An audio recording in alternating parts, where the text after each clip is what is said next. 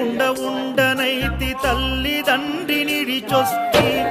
ఆగకుండా అడుగులేస్తి అయ్యప్ప నిన్ను పిలిచి తలవకుండా ఉండనైతి తల్లిదండ్రినిడిచొస్తి నా ప్రాణమైతివి నా దైవమైతివి నా గుండె దీపమై వెలిగించితిని మరు జన్మ లేకపోయినా దండాలు ఎదురు అయినా వెనకడుగు వేయనయ్యా నేనేమైపోయినా ఎంత దూరం